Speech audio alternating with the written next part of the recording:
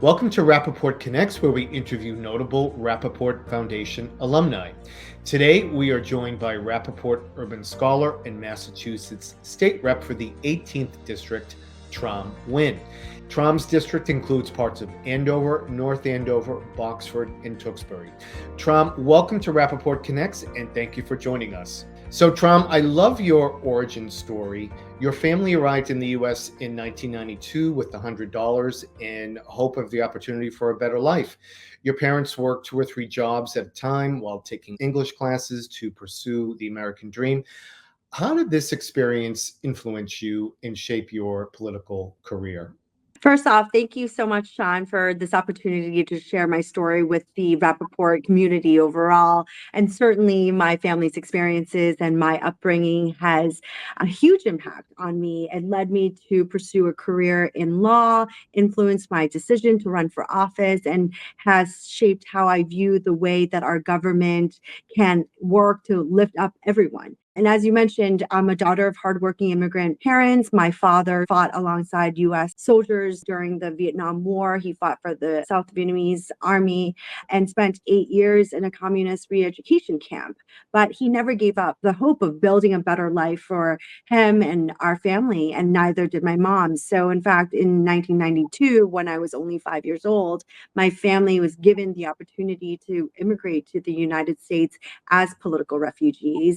With that $100 in his pocket, my dad and my mom, they brought myself and my younger sister to start our lives in a new country where we didn't know the culture, the language, or anything else. And so I was fortunate to immigrate to Lawrence, Massachusetts, which is the next city over from where I currently live right now.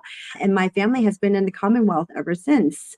I remember just so vividly of what it was like to be that new immigrant, right? We came in the middle of January, as you can imagine, the weather in Vietnam versus January in Massachusetts. You couldn't be any further apart. We didn't have the appropriate cold gear. We didn't have coats. I remember at the time I was wearing a knitted Ninja Turtles sweater. And I was just it felt really lost, even though at that young age, I recognized just how significant that moment was. And we were very fortunate. We were given a lot of support from community members and other organizations, such as Catholic Charities, where they donated clothes to us. Our host family helped to enroll me in school, helped to enroll my parents into community college so that they could learn English.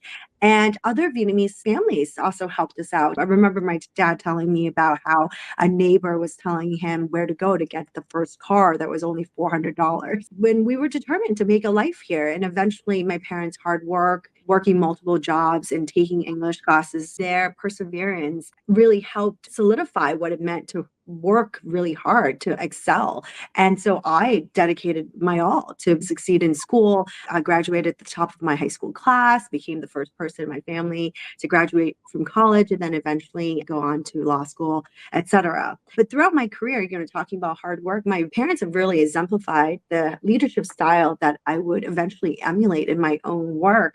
And it was because of them that I would go on to truly admire and passionately advocate for vulnerable communities and working families, because I saw what my parents had to go through to support us. And then when I decided to go to Tufts University, I discovered my passion for history and the study of people and our society. So I decided to major in sociology and American studies with a minor in psychology.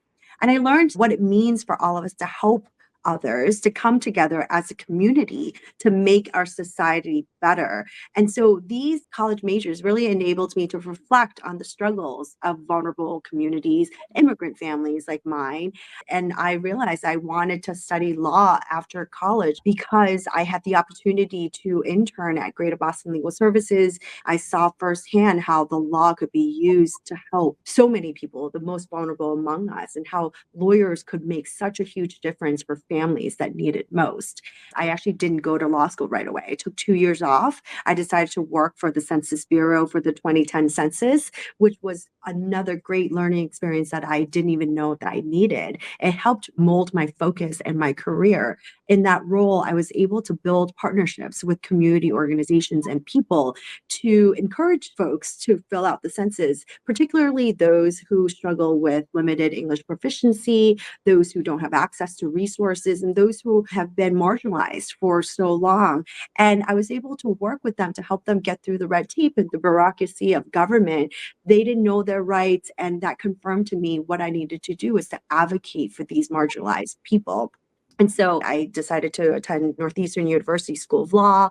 And after I graduated, I was given an Equal Justice Works fellowship and worked at Greater Boston Legal Services, where my internship opened up my eyes to this world of legal services. And I was very fortunate. They had 5 grants through the Department of Justice, and I was given one of those 5 grants nationally to work as an attorney to represent survivors of domestic violence in the Vietnamese American community. And it just seemed so natural for me to lead by my parents' example and pursue this legal services career where I could paint a new, more inclusive reality for so many other families like mine by providing free legal representation to not only survivors of domestic violence, but immigrants, children, seniors, people with disabilities, low-wage workers, and veterans. I saw up close how laws could impact so many people. And I have brought all of these experiences with me into the work that I do now in the Statehouse. When I work on legislation, I think about how we can make sure that our laws are considering everyone who will be impacted, not leaving folks out, and trying to ensure that vulnerable communities will not be forgotten in our laws and the policies that we enact. And in fact, my lived experiences are also a big part of why I continue to stress the importance of representation and why it matters. Since I was first elected, I've been traveling the country to help recruit women, people of color to run for office, because I think that with more voices at the table, we could have more nuance and effective legislation that could impact the most people. Well, your parents sound like truly amazing people, and your journey is such an admirable one. So, thank you for sharing that. Now, let's talk a little bit about your transition into politics. What inspired you to run for the first time, and how did you connect with voters? Great question. So, as I mentioned, when working in Greater Boston Legal Services as an attorney, I not only represented vulnerable people, but I also had the opportunity to work on legislation. And so I saw how good policy could help people and how a lack of policy or no policy at all could hurt them. So I advocated for policies at the State House, helping to secure passage of legislation you might have heard about, such as paid family medical leave, bilingual education, increasing the minimum wage to $15, and increasing earned income tax credit for working families. I loved my job as an attorney helping clients to clients, but I saw the power of legislation and how when we pass good bills, it could help thousands and thousands of other people. And unfortunately, while I was advocating for these policies, I reached out to my own state rep who never returned my phone call or visits to the state house for 2 years. And to me, that really was so unfortunate because whether or not you disagree or agree with constituents, you should give them a chance to interact with you, to open you up to a different point of view. And so I looked into his legislative history and learned that he was and still is very much against my values of building a more inclusive community where we embrace immigrants, where we make sure that we protect the rights of the LGBTQ community, where we fight for bodily independence with reproductive freedom. He actually worked against everything that I was standing for. And in fact, I think the straw that broke the camel's back was when I saw that he had filed a bill that would have allowed police officers to stop anyone who looked illegal, essentially wanting to legalize racial profiling. And as an Asian American woman, I have certainly had experience with people treating me as the other or the perpetual foreigner. But to learn that my own state representative, who represented me and my district, wanted to codify this otherness into law, that was such a motivating factor for me to decide to run against him. I felt so encouraged because I knew that I could offer a more inclusive, forward thinking vision of what our government could be like. And people reacted positively to that. They came to my events, they knocked on doors for me, and ultimately voted for me. It turns out that, when you're working to create a more inclusive and more welcoming community for all, that is the winning issue. I knocked on every door in the district. I knocked 7 days a week for 5 months straight. And I also had an incredible campaign team with over 400 volunteers. It was truly grassroots what we did. They did a poll early on in my race that said I had a 30% chance of winning, but having this open-mindedness and willingness to listen to people was really the formula to winning over 2,000 votes, beating the incumbent of 8 years by 10 points, which was just not something anyone expected. And so I became the first person of color to ever represent this district and the very first Vietnamese American to ever get elected into the Massachusetts House of Representatives. And I'm very proud of these achievements, and I continue to work to open up more doors for others. You should be very proud. That's a big obstacle to overcome, coming from 30% to winning by, did you say 2,000 votes? That's Yeah, really I still got 55% of the votes. So I outworked 25% more than what they anticipated I would get in very. terms of turnout. So you're now in your third term. What do you attribute your success to? I would say that the two most important things that have served me well in this role are one, being a very good listener, and two, being very active in my community. Given my experience with the former rep, I prioritize being responsive to constituents, even if we disagree. Like I said, everyone deserves a representative who will listen and engage with them with their feedback. And I want to be accessible and I want to hear from people of all different perspectives, not only paying attention to those who are emailing me and calling my office, but really meeting people where they're at and trying to go to these events so that folks have the opportunity to engage with me in more formal settings, casual settings, whatever it may be, so that they know who their rep is and who to reach out to, whether or not they need my help. I want them to know that I'm here to listen to them and that I truly care about the welfare of our district. Everyone has something important to share to improve my understanding of who they are, their experiences, what they care about most, and why. I also care deeply about building relationships and listening to my own colleagues, getting to know most of them very well, learning about their families and their districts and what they're hearing from their own constituents and their experiences, etc. Because these soft interpersonal skills are key to being an effective legislator. You not only need to represent your constituents, but you also have to work with 199 other legislators in the state house to get any sort of bills done. And I think that has actually been one of the most beautiful things about being in elected offices. I've gotten to know our Commonwealth better because everyone's district is so different. And by talking to my colleagues, I have a better understanding of their districts, their priorities, and what it takes for us to be able to negotiate to get things done. Because, some of us, when we file bills, we think, oh, this is so common sense. Why won't this get passed? But then in talking with my colleagues, I understand that there are many different perspectives. There are many different ways to try to solve a problem. And I believe that my skill sets as a lawyer, as a litigator, as an advocate have really helped me to be able to really collaborate and build bridges with my colleagues to move things forward. Speaking of districts, you represent Andover, Bedford, North Andover, and Tewksbury. How do you connect with your constituents there and stay top of mind for them? Oh, to clarify, it's Andover, Boxford, North Andover, Oxford. and Okay. Tewksbury. No My worries. apologies there. Very small towns for sure. Being accessible and active really have allowed me to hear from thousands of people about their concerns and issues. And specific issues vary from reproductive freedom to keeping our schools and communities safe from gun violence, education funding, affordable housing, addressing the opioid crisis, unemployment, and just transitioning to clean, renewable energy and climate resiliency, and so much more. I think some of the major underlying themes are to support working families and creating equality and fairness and ensuring safe communities for all. These are all issues I hear from people day in and day out. And much of the work that I prioritize, which really have to do with my own expertise and strengths, come from legal services. Like, a lot of the bills that I've filed came from interacting with clients and seeing the hiccups that we have to deal with in the law and how there might be gaps in the law that could be filled. And so from all of those experiences and conversations I've had with people, I, this past session, filed 38 bills, and many of them are related to employment and labor, gender and racial equity, protecting survivors, protecting vulnerable people. And thankfully, many of my bills have passed within the last 3 sessions that I've been in office. This past year, Massachusetts passed and signed into law 2 of my bills relating to survivors. One was to define coercive control as a form of domestic violence, and the other is to update the 258E harassment prevention order to allow judges to remove firearms when issuing a restraining order under the harassment order. In addition to that, we recently passed a salary range transparency bill to to close the gender and racial wage gaps. This is something that I have been a huge proponent of and was glad that we have continued to move towards equal pay for equal work.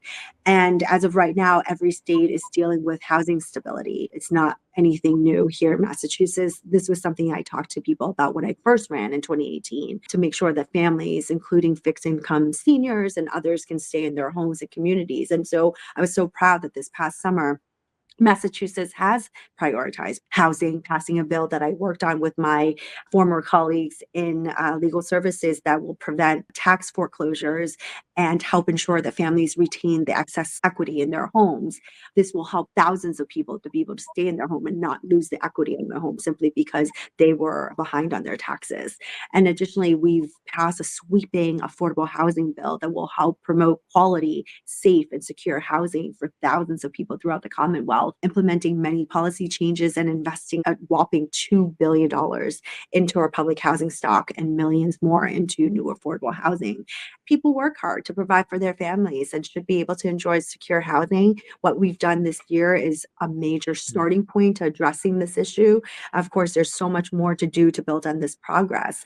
And some of my other remaining priorities, of course, I've been working on a bill to help injured workers and give them better access to workers' compensation, another bill to deal with debt collection fairness. No one should go to jail because they owe money, which is something that I found out still in the books. And so I've been working to deal with that. And of course, I'm a huge proponent of education. And so increasing racially and culturally inclusive education has been a big part of my platform to make sure that people understand the contributions of everyone in our community.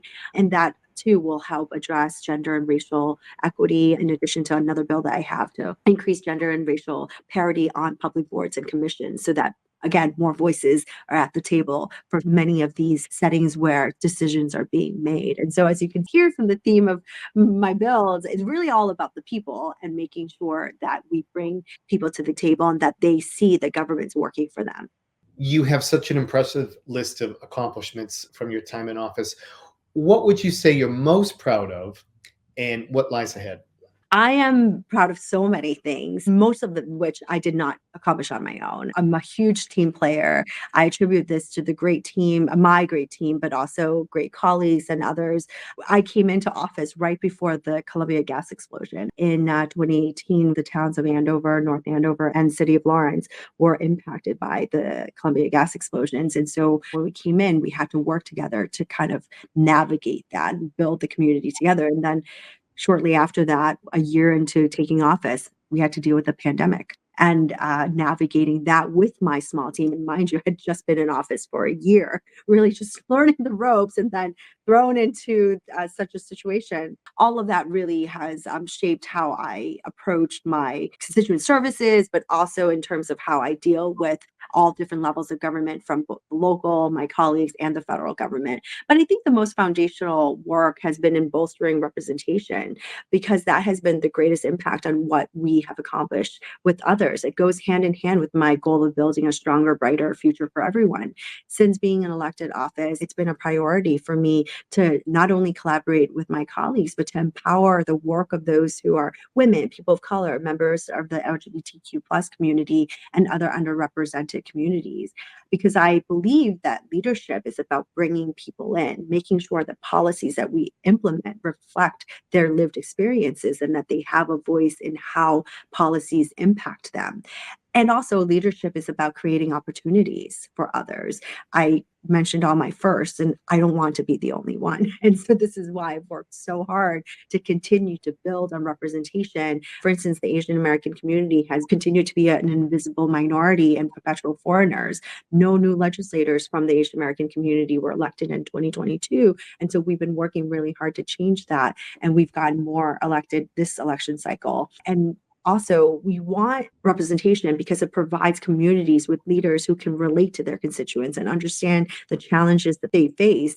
And it matters because we need diverse leaders making decisions on policy and making sure that government works well with every voice being represented. Our lived experiences guide and inform our priorities. And so when we have different people with different voices coming to the table, we can solve these complex issues more easily.